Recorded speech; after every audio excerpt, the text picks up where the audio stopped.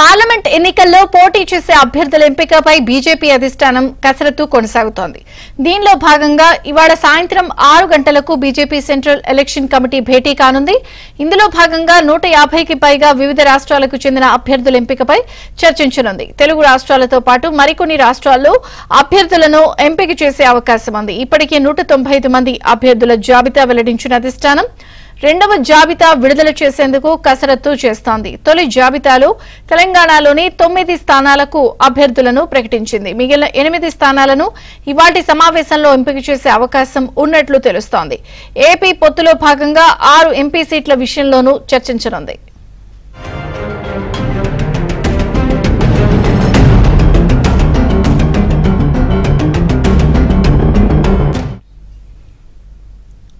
Parliament అభ్యర్థుల ఎంపికపై BJP కసరత్తు చేస్తోంది. వాళ్ళ సాయంత్రం భేటీ కాబోతోంది. బీజేపీ సెంట్రల్ ఎలక్షన్ కమిటీ రెండో జాబితాను కూడా సిద్ధం చేస్తున్నారు. వాళ్ళు మరిన్ని వివరాలు ఢిల్లీ బ్యూరో చీఫ్ కృష్ణ అడిగి తెలుసుకుందాం. కృష్ణ, విజయ చంద్రిక ఈ రోజు ఇటు కాంగ్రెస్ కార్యాలయంలో అటు బీజేపీ ప్రధాన కార్యాలయంలో కూడా సిఇసి భేటీలు జరుగుతున్నాయి.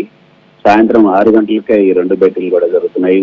ఏఐసిసి కార్యాలయంలో 6 గంటలకు సిఇసి భేటీ జరుగుతుంది. ఈ భేటీలో లోక్సభ ఎన్నికలకు సంబంధించినటువంటి అభ్యర్థులను కాంగ్రెస్ అధిష్టానం ఖరారు చేయబోతుంది.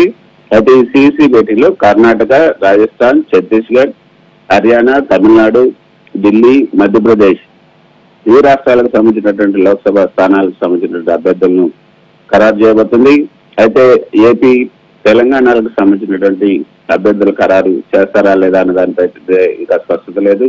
కానీ కాంగ్రెస్ నేతలు, రాష్ట్రాలకు సంబంధించినటువంటి కాంగ్రెస్ నేతలు మాత్రం ఈ రోజు ఏఐసిసిలో జరిగే ఈ సిఇసి భేటీలో తెలంగాణ, ఏపీ అభ్యర్థులను కూడా ఖరారు చేసే అవకాశం ఉన్నట్లుగా చెప్తున్నారు. కానీ దానిపైన ఇప్పటి వరకు ఇంకా స్పష్టత రాలేదు. మరి కొద్దిసేపట్లో స్పష్టత వచ్చే అవకాశం ఉంది. మొదటి జాబితాలో అయితే 39 మంది లోక్సభ స్థానాలకు అభ్యర్థులను ప్రకటించారు. అందులోనే వయనాడు నుంచి రాహుల్ గాంధీ పేరును కూడా ప్రకటించడం జరిగింది. ఇక బీజేపీకి సంబంధించి సిఇసి సమావేశం ఈ రోజు 6 గంటలకు జరగబోతుంది. అయితే ఈ సమావేశంలో ఆంధ్రప్రదేశ్ అదేవిధంగా తెలంగాణకు సంబంధించినటువంటి అభ్యర్థుల కసరత్తు కూడా జరిగే అవకాశం ఉంది. ఒకవేళ ఈ రోజు సమయం తక్కువగా ఉంటే తెలంగాణకు సంబంధించినటువంటి అభ్యర్థుల జాబితాను మాత్రం చర్చించి రేపు ఆంధ్రప్రదేశ్ కు సంబంధించినటువంటి అభ్యర్థుల జాబితాపై చర్చించే అవకాశం ఉంది.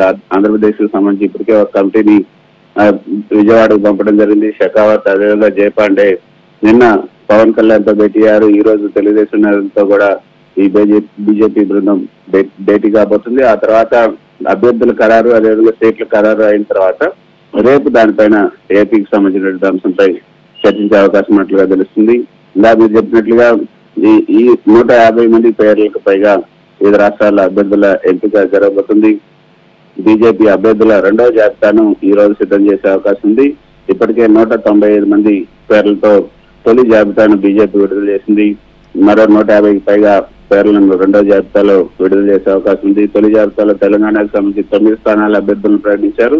మిగతా 8 స్థానాలకు నేటి సమావేశంలో అభ్యర్థుల ఎంపిక జరిగే అవకాశం ఉంది. ఇక ఆంధ్రప్రదేశ్ పొత్తుల్లో భాగంగా 6 ఎంపీ సీట్లతో పాటు అసెంబ్లీ అభ్యర్థులను కూడా ఎంపిక చేసే అవకాశం ఉన్నట్లుగా మనకు అందుతున్నటువంటి సమాచారం. మరి దీనిపైన సాయంత్రం 6 గంటలకు ఈ రెండు సమావేశాలు ఇటు కాంగ్రెస్ లో, ఇటు బీజేపీలో కూడా జరగబోతున్నాయి. తెలుగు రాష్ట్రాలకు